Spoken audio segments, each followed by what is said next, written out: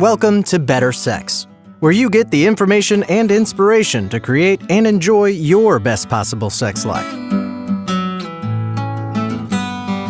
Join your host, sex therapist Jessa Zimmerman, as she brings you expert guests, helpful tips, knowledge, and strategies to improve your intimate relationships.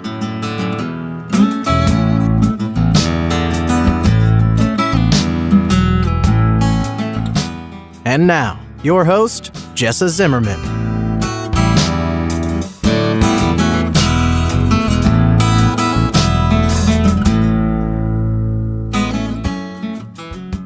Hi everybody, Jessa back again for another episode of Better Sex. I am so glad you're here with me. Thank you for being a fan of the show and tuning in and listening. I love bringing you different topics, guest interviews, information, inspiration, any of which might be able to help you with your intimate relationship. That's what I'm here trying to do. Apologies today, I am home for a snow day without my good microphone, so sound quality might be a little bit different than usual. Please bear with me. Hopefully it'll be okay and you can hear what I'm doing. Today's topic, well, we're sort of talking about desire discrepancy again. This has come up in several different episodes, but today I'm talking to a coach who originally worked in tech, and through her own experiences with desire discrepancy with her husband, started this exploration. You know, they went to therapy. She started talking to friends, realized how powerful it is to talk to other women, and has now changed her whole career so that she does coaching and teaching on this topic for other people. And I love talking about desire discrepancy because it's basically a fact of life for every relationship, and lots of people struggle with it. So it's yet another conversation with this particular focus on the value of community and communication and peer support in navigating some of these challenges, as well as, you know, what we each see as some of the work of each person in a couple that is struggling with this. And just to mention, part of what we talk about is the value of having a variety of resources, including books. And I do have a whole, it must be 4 pages of my favorite books about sex, categorized by topic, that you are welcome to download. You can get it by going to sexwithoutsstress.com/booklist, all one word, booklist. So if you're interested in that, if you want to see, you know, my favorite resources, you can get them there. And then she's got hers on her website too. So anyway, Pam Costa is my guest today, and I hope you enjoy the conversation.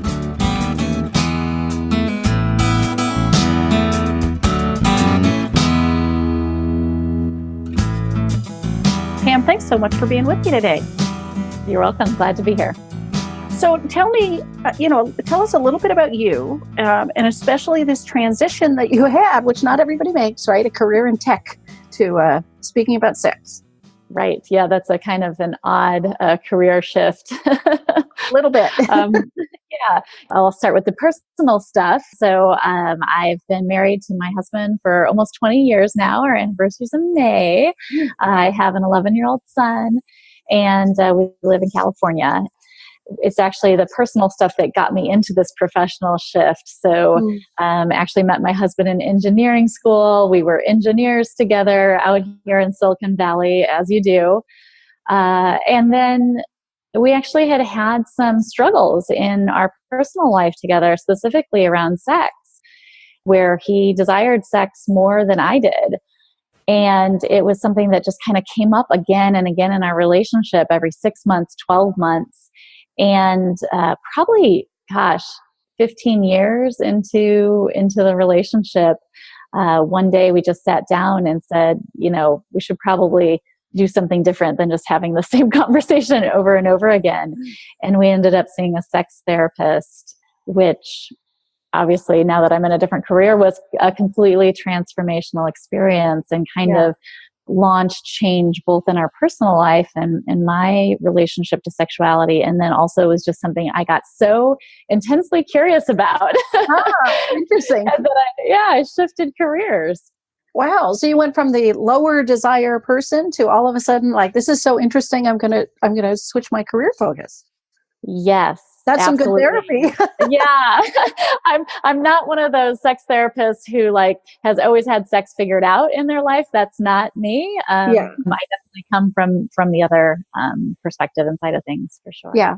Yeah. Tell me a little bit about what you learned in therapy and I mean, just around that time in your relationship, obviously it was transformative. So what were the messages or the lessons that you took? Yeah, I mean, I think for me, the pattern that we had been locked in for so long was him having kind of easy access to desire in his body. And when he felt that, obviously would say, "Hey, do you want to have some sex?" And I, for a lot of reasons we can get into, didn't have really as much access to that in my body. And so I would say no. And that kind of pattern of like initiation, rejection had, for good reason, had him feeling rejected, and it had me feeling really guilty. Yeah. Like there was something wrong with me, that I felt bad for saying no to this guy that I loved. And there's so many good things about their relationship, but just this component didn't work. And so that's kind of how we headed into therapy, was kind of locked in this dynamic of him feeling rejected and me feeling guilty. Right. I mean, those are what I describe as sort of the traps of desire discrepancy, right? It's so easy to end up in those places. Yeah. And I was so surprised too. I mean, the first session that we had together, we went as a couple, and the first session we sat down, and she just, I think almost one of the immediate things she asked was just like, "What messages did you hear about sex as a child?" And I just thought it was such an odd place to start, because I was like, "Hey, lady, like we're sitting here today with these problems, like why are we talking about this?" But it was a really interesting conversation, and really brought to light for me things that I probably knew, like it was nothing like earth shattering, but it wasn't something I had like really consciously thought about, which was the fact that I had been receiving messages since I was little to either not talk about sex, or if I did, I should talk about the fact that it's dirty and dangerous, and could get me pregnant or a disease. And then, to throw religion on top of that. And it was kind of a cool 30 minutes with her of realizing, oh, I'm not broken. Like, me being disconnected from my body is just like a very obvious outcome of the world I've been walking through for the past, 40 years. Right, right. Yeah, that seems like a nice aha to have, right? I love when people get there. It's like, oh, I'm not broken, Right. It was so relieving, right? It wasn't, we hadn't even really done any work at that point, but I felt, that just the way I was made sense. And that was a really powerful place to start. I think if we had skipped that step, actually, the rest of the stuff wouldn't have been as likely to land well. As there's just so much shame in being that person with lower desire in relationship, and feeling like there was something wrong with me, or that my body just didn't, for some reason work like everybody else's bodies did. That's a really tough place to be. Yeah. Yeah. What were some of the other messages or learnings you got out of that process? Yeah. So after we kind of got to that space of going, okay, well, it makes sense that you are having this challenge and connecting, with yourself physically. She basically offered a lot of, we kind of did experiments in session on what it would be like to pay attention to my body again. Because obviously when we're kids, like we do that pretty well. And then something happens along the way and we lose capability of doing that, capacity to do that. And so I learned how important it was for me and my body to slow down, to get really quiet, to rewrite some of the belief systems I had around whether or not it was okay to spend time on getting in touch with my body, to spend time on thinking about what I might like for pleasure. I mean, just even something as simple. I used to joke with my husband. I was like, why did I live with wool blankets on our couch for 20 years? I wanted a soft, cuddly blanket, and it's like, he was getting what he wanted, and it was different than what I wanted. And I don't know. I think as a woman, I also got a lot of messages to like take care of others. And I don't know. I hadn't stopped to slow down, listen to what I needed, ask for help. I'm really bad at asking for help. So Yeah. those were definitely some of my key messages. Slow down, ask for help. Right. I mean, it makes me think of so many clients that I've worked with, right, that struggle with desire, and they haven't paid attention to what they need or want and then advocated for that. And of course, it also makes me think of like Emily Nagoski's concept of responsive desire and context, and knowing that it's okay for a desire to work differently sometimes, but we have to accommodate that. We have to plan for that. Yeah. I always laugh, like now when I see women and they're coming into my office and I say, can I get you a drink of water, or can I get you some water or a cup of coffee? And when they like really, really quickly respond, no, I'm fine. I go, okay, so this is someone who might not be slowing down enough to check in, or feel like it's okay to ask, maybe feels like an imposition to ask. It's not just about sex, right? It's how we approach so many things in life. Where do you want to go out to eat? Well, where do you want to go out to eat? Yeah. Or I don't know, and I don't want to take the time to figure it out. And Here, I don't want to speak up if I do know, right? Like it's not okay to want somehow. Yeah. Right. Yes. Yeah. So tell me a little bit now about the transition, because you've gone on to sort of research, right, women and sex, and especially them talking about sex, right? Yes. So tell me about that. Yeah, one of the things I discovered was so powerful in sitting down when we went to see someone as a couple, was just like the power of saying this stuff out loud to someone other than my husband, who I was, that was a tense thing, right? But just the power and relief in saying it out loud. And so I actually started, I don't know, maybe it was after 3 sessions, I told my husband, I said, I think other women would benefit from hearing what I'm going through, what we've been through together. Yeah. Can I write this up and like share it with a handful of girlfriends? And he was super, bless his heart, he's super supportive of me talking about our sex life. Okay. And, little did he know where this was probably. Yeah, I know. Little did he know. So I did. I wrote up just like, hey, here's where we've been. Here's what happened when I went to see a sex therapist. And I don't know where it's going, but here's what's happening. And I just put it out there. Honestly, I wasn't even brave enough at the time to talk to my girlfriends. I was like, I figure like if I write it down and send it to them, whoever wants to talk maybe might come to me. And so they did. They had started messaging me. And in that response, one of my girlfriends said, we need to get together in person and talk about this.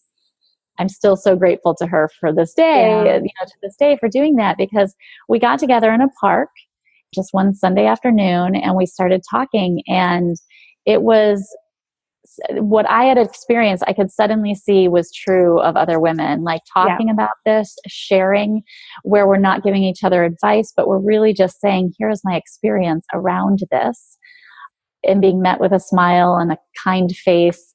It was so incredible that we said, oh, we have to meet again. We're going to do this, once a month. And we got together, and like at the end of a year of meeting once a month with these girlfriends, I just realized, I was like, wait, like more women should have this experience. And I started like reaching out to other women. Do you want to do this? Started sharing with them almost like book club like discussion prompts for them to just go on their own. And it totally, as with this whole story, right, it spiraled into me actually watching hundreds of women do this based on some materials I had put out there, and saying like, gosh, this seems so powerful that maybe I should get some numbers behind it to make sure like something's really happening here, right? Until you have data, like what's really happening. Until you can measure it, it's not real, right? Right, exactly. I mean, I knew it was, and they knew it was, but I wanted to get the data. So I said, sure, I'll just quit my job and I'll go get a master's program and I'll do some research. And yeah, lo and behold, it turns out it's super therapeutic to talk to your girlfriends about sex. Yeah. I mean, it seems so obvious, right? And maybe to everybody listening too, because it's so helpful to know you're not alone, right? Like you were saying, you were feeling guilt and like, is something wrong with me? And am I broken? And that's what I hear. That's probably the number one question I get as a sex therapist in one form or another. Right. Am I normal? Am I broken? And as soon as you start talking openly with whoever you trust, you realize, oh, I'm not the only one that has these experiences. Exactly. Yeah. Yeah. And it's just like that first session with our therapist is, even though nothing's changed, suddenly everything, like that heavy weight on my shoulder, feels so much lighter. Yeah. And then the other thing that I noticed, so not only when these women get together and talk, do they feel less alone, but oftentimes they're struggling with just slightly different things. Yeah. And so something's going well for them that is not going well for you. And you can kind of go, like, maybe I wonder about that, or maybe they have some way of getting in touch with desire that works for them that you never thought to try. And so in addition to feeling like normalized, there's this sense of like inspiration or empowerment that starts to show up as the conversation progresses. And it also sounds like a lot of peer support, right? There's not a therapist meeting with these women necessarily, or this isn't guided. This is all peers and friends or whatever. That's exactly right. I mean, that's what I love about it. Like, how beautiful is it that you don't need a trained facilitator? You don't need anyone to be educated about, sex therapy or anything. Literally it's just women getting together, and sexual function goes up. It's like 20 plus %. Distress about sex goes down 30 plus %. And I also, the way that I kind of have experienced this in my own journey around this, and also what I've seen for clients, is it's also nice to have this kind of like tapestry of support systems. And so this peer support thing is amazing. Having a great therapist is amazing. Reading Emily Nagoski's book or watching her TED Talk is amazing. And it's just, that's the other thing that I find in these conversations with women is everyone has their own resources. And as they start to share, you get to pick what you want in your tapestry, what would be most helpful to you. Yeah. Yeah. So that's, I think that it's such a beautiful thing that happens in community. Right. I mean, it certainly raises a question on my mind about the partners, and do they have the same sort of support and conversation? Because, I've said this so many times, right? In every relationship, somebody wants more sex than the other. There's always, a higher desire, two people. Desire. And when you're in the traps of this, it's not fun on either side, right? It's a struggle for both people. And I'm thinking, what about the partners that have the higher desire? And are they, did your husband? Such a beautiful question. Yeah, I have a conversation with his friends, or has it, has the other side of the equation happened? Yeah, it's such a beautiful question. So one of the beautiful things that happened with the women in my group is, I discovered that, first of all, it's not always the woman with the lower desire. Thank you for saying that, because I would make that point too. Right? Like, so that was so great to see that, like, within the group, you actually got insight into your partner, because we had a mixture of women there and a mixture of experiences. So that was cool. And then it was interesting to watch. So my husband, as I was doing this and as he was watching this, he had the exact question come up in his mind, which was, I want that for me. He was watching and saying, well, I want a group I can talk to. Yeah. He thought that and didn't take action on it. And then eventually I kind of helped him be like, well, here's how you would gather people, right? Because I think the sad part about, our culture, and we see it in our faces these days, is just like we haven't taught men how to. There are, again, this is stereotypical, right? There are men who have social circles and they get together with their high school or college friends, and they're just like these amazing guys that get together. Yeah. And I think a larger portion of men, that's not within their natural skill set, or at least their trained skill set to get communities together and talk about feelings.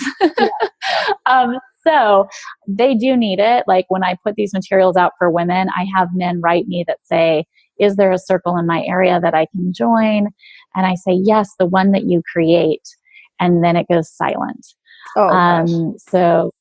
I think it's necessary. I think the men that I've seen that have been able to find this community have benefited from it tremendously. I'm actually kind of, the way that I'm thinking about it right now is, how do I get couples together in this conversation? Yeah. So I'm playing around with that concept myself, and and also playing around with the concept, could I, as a woman, lead a circle of men, and would that work? And so I do think, regardless of of gender or orientation, I think every human could benefit from candid conversation about sex. Yeah, yeah.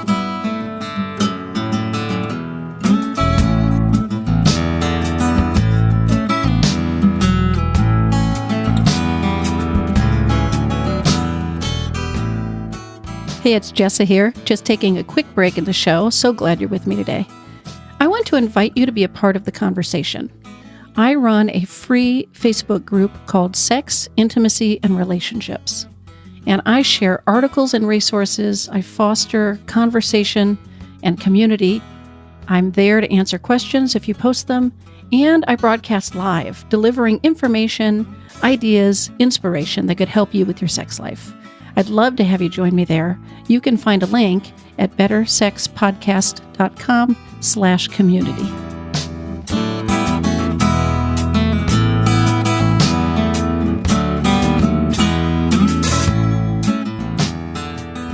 So in the materials that you provide, you talked about prompts, and you said you met with your own friends for a year. Is there somewhat of a structure to what you propose that people sign up for or subscribe to? Yeah.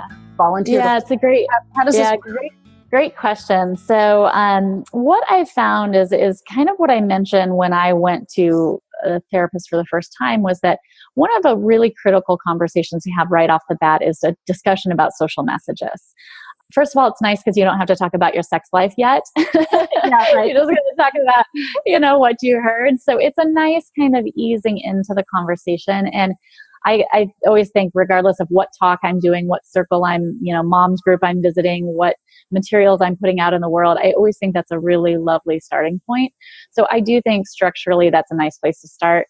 Where groups go from there, some groups have that meeting and then they are off and running on their own. They have a list of topics of things they want to talk about and they just go. Other groups are still like a little bit more reserved, a little bit more like, how do I have this conversation? And so I offer them kind of a series of topics and discussion prompts to go with those topics to help them get the ball rolling. I usually find after 4 or 5 meetings, almost every group can go on their own at that point. And sometimes they even add on like not just topics and conversations, but field trips to like the local sex toy store or to a burlesque show or something, So I do offer that structure. The one thing that I found is I kind of thought, okay, well, everyone can do this in their own home.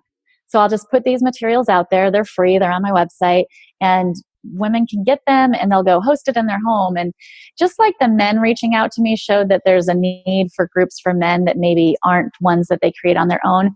I also had women reaching out that just would say something like, I don't have a home that I can host in, or I'm in a small enough town that I'm not comfortable reaching out to my friends. And so I'm just starting to play around with like an online version that I'm really excited about that hopefully will allow more people to have access to this, even if they can't host in their own home or if they don't feel like they could ask some friends to join them in the conversation. Yeah. Okay. So that's more structured because I'm leading it. But the materials that I put out there, I just kind of like put them out there and they just evolve on their own. Right. Cool. Okay. I'd love to just sort of get back to the desire discrepancy piece again. Yep.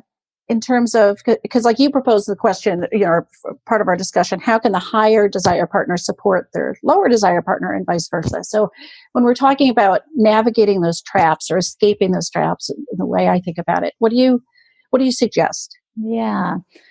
I think there is different work for those two partners, right? Yeah. And they can support each other in that work, right? So if I think about, the work that maybe a higher desire partner could do, they might be unintentionally blaming the lower desire partner, right? They might be feeding into that there's something wrong with you. Yes. They might be they might have gotten to the point where, so that's kind of stuff that they might be putting on the other person or saying like, why don't you just tell me what you want? I would give it to you, right? And kind of not allowing for space that the lower desire partner might not know. Yeah. So for me, the work of the higher desire partner at least starts with, hey, we're in this as a team, probably got here as a team, giving some space to the fact that there's nothing wrong with the lower desire partner. But as you mentioned, maybe they have responsive desire instead of spontaneous desire. Maybe they've just never had the opportunity to go slow enough to discover what they want. And then I think the other work of the higher desire partner, and this is what the lower desire partner can help with too, is like reclaiming their sexuality. Sometimes by the time they get to me, or definitely where my husband and I had got, the higher desire partner can feel so rejected and so kind of shut down that, when I'm working with someone in that space, I'm like, let's celebrate your desire. How awesome is it that you have spontaneous desire? Like high five, like kind of reigniting this fact that having desire is awesome. Yeah. And they don't need to be ashamed of that or feel bad about that, but we might need to learn how to hold it in a way that doesn't feel like pressure to their partner. Yeah. So that's kind of that work. I also view that there's some work there to not take your lower desire partner's level of desire personally. I mean, that sense, that trap of taking it as rejection and a personal statement about me. If I take it that way, that increases pressure. It changes the meaning of sex. So to me, there's also work on that part to let me just own my desire and advocate for it, but it not have my sense of self-worth hinge on whether my partner's interested or not. That's such a beautiful way of saying that. I think we really get tied up, all of our worth, we get tied up in kind of these reactions from our partners, and it's not really healthy to being an attractive partner. Right. Yeah, it doesn't. If I ask and you say no and I kind of feel rejected, like that's actually not the thing that's likely to draw that lower desire partner towards you. So it's like, it's not in anybody's benefit, even though it does sting. Like I want to acknowledge that it stings and it's painful and ouchy and likely doesn't have much to do with you. Right. Yeah. Right. Okay. And the work of the lower desire partner. Yeah. So the lower desire partner, and I also want to say here, like, no one has to do this work, right? Yeah, that's true. It is all voluntary. Someone may be totally okay with just not wanting sex and not desiring. The way I kind of talk with the lower desire partner about that is like, you may be totally fine. Do you want to explore? And if you do, we can do that exploration. And that's really, for me, it's all about being curious and attentive to little things they probably already know about how their desire works, but they've kind of like ignored that or shut it down because it wasn't how it looked like it worked for their partner, or it wasn't fast enough, or it wasn't big enough. And so just slowing down and getting really tuned into, I'll hear someone say like, oh yeah, I used to wear lingerie and I really liked it, but then like it felt like I had to wear a certain kind for that person, or it was for them instead of for me. And like they've lost the fact that actually was a turn on for themselves. Yeah. Yeah. Right. And so a lot of times for the lower desire partner, I don't even start with the sexuality component of it. Right. It's just like, what is it like to be in your body? What feels good to you? What helps you feel alive? Yeah. And just starting even from that space before we layer on, okay, this like loaded topic of eroticism, Right. Yeah. And I usually add to the conversation that, certainly responsive desire, it doesn't always go with the lower desire person, but frequently it does. And so that requires a willingness to start and to experiment and give yourself something to respond to potentially. Yeah. I think for the lower desire partner, a lot of this can seem daunting and seem like work, and they may not want to do it, but I also remind them you have a partner who potentially, at least if they're coming into therapy, is unhappy. Yeah. Yes, you could not do the work, but then you're sentencing to your partner to sort of live in despair. It's true. And it's so interesting because I always think about couples work as the work of two individuals. It's like, we get together in the end here, but, so for the lower desire partner, I get really curious about like, well, what would it be like to feel this way? And how might that be for you before we worry about you sharing that or having to respond to somebody else's that. Right. And a lot of times I notice with a lower desire partner, and it's definitely true of me, is that one of the first things I need to do is just give permission to myself. Yeah. right? Like I got so many messages that I shouldn't, that it's really hard for me to connect to anything until I'm like, I don't know. I almost think about it like flirting with myself. That's a nice way of putting it. Yeah. Like, like, hey girl, but just like giving myself permission to show up and to be alive in that way, or in pleasure at all, much less sexual pleasure. There's this whole like permissioning thing that I think is really positive. And I think someone who's been saying no for a long time has been trying to make space for that permission to say yes. Right. But it's actually a specific step that needs to occur, right? It's like, okay, I've been saying no, but it's been laden with guilt. And can I say no from a space of, okay, no to that. And now let me tune in and see what it is I might be a yes to or a maybe to. Yeah. And then can I go there and see what's there for me? And then, can I go there? And I don't know. I'm always so inspired by the work that I see lower desire partners do, because so many times I see that where they're able to go to like well exceeds anything they ever thought was possible, anything their partner thought was possible. I mean, I've higher desire partners that are like, I can't keep up. Like, this is like, and it's just really cute to see that shift. Yeah. Yeah. And I do think it's about space, right? Like, I mean, even just when I'm working with people, they feel so pressured and cramped that there's no room to move. But if they can start to like, wait, let me take my time, let me explore, let me not, have more space to just sort of investigate. Yeah. Then all of a sudden something frees up. It's so beautiful the way you said that spaciousness, how I'm feeling it. I mean, I'm so many years into this now, and I'm just realizing a nuance of that for me right now is I'm realizing my desire to want. It's not to want something. It's to want. Yeah. Like, if you think about, imagine the lower desire partner, like someone who never was hungry because they were with someone who ate a lot more. And so they were constantly fed. They never got a chance to desire food, right? Yeah. Like, can you imagine never being hungry and always just eating? Like, that would be a horrible existence, right? Because like hunger is kind of nice if you never get it, right? And so for me, like, as someone who in my relationship has lower natural desire, it's something I have to cultivate. It doesn't just show up. When I get to that place of feeling desire, that feels really good in my body. Yeah. I don't even actually want to necessarily do anything with it. And I've just noticed, like, really, this is just the past few months that I've noticed the nuance of, as the lower desire partner, when I start to feel something and, my hips start to move or I start to lean in or whatever, my husband, the higher desire partner, will take that as a cue to like take off to the races. He's like, oh, that was an escalation, And I'm like, no, I was just starting to feel this good thing. Hang out with me here in this space, So I do think, for just this concept of space to feel that want, and to just hang out there is such an interesting dance with couples. Yeah. And yet it's exactly what the higher desired partner wants. They want to see their partner excited and coming towards them, Yeah. It's just, how do we balance it so we can stay right in a good space? So where can people learn more about you? And you mentioned something about these materials being on your website. I'd love for you to share. Yeah, I have all sorts of stuff on my website. So my website is Down to There. Okay. DOWNTOTHERE. Fun fact, my mom helped me name that website. So it's downtothere.com.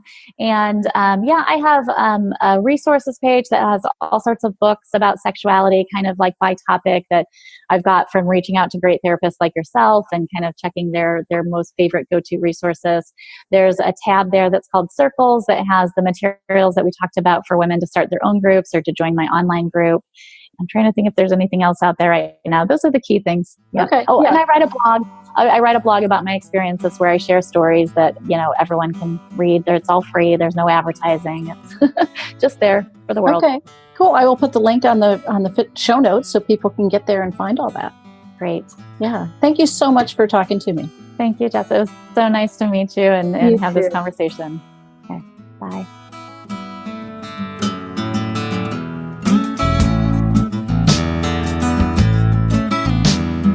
You've been listening to Better Sex.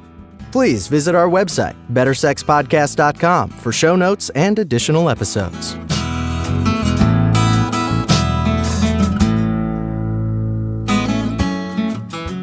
And that's a wrap for today. I really hope you enjoyed the episode. If you are enjoying the podcast, if some of this material resonates with you and you would like to make a difference and make sure that this keeps coming out in the world once a week, ongoing, there are a couple things you could do to show your appreciation. The first would be to go to iTunes and rate and review the show. That really helps us be found by new listeners when you review the show on iTunes. You can find a link at bettersexpodcast.com/iTunes. The other thing I want to invite you to consider is becoming a Patreon. For a small monthly pledge, you get some benefits. So for $2 a month, you get advance access to every single episode. For $5 a month, you get a chapter of my upcoming new book. And for $10 a month, I host quarterly get-to-know-you and question-and-answer chats over the web, and you get invited to that. I would love to have your membership in that, become part of the Better Sex family. You can find a link at bettersexpodcast.com/Patreon, which is Patreon. Again, thanks for listening. I'm glad you're here. Feel free to comment, ask questions, get in touch. I'd love to hear from listeners. Thanks.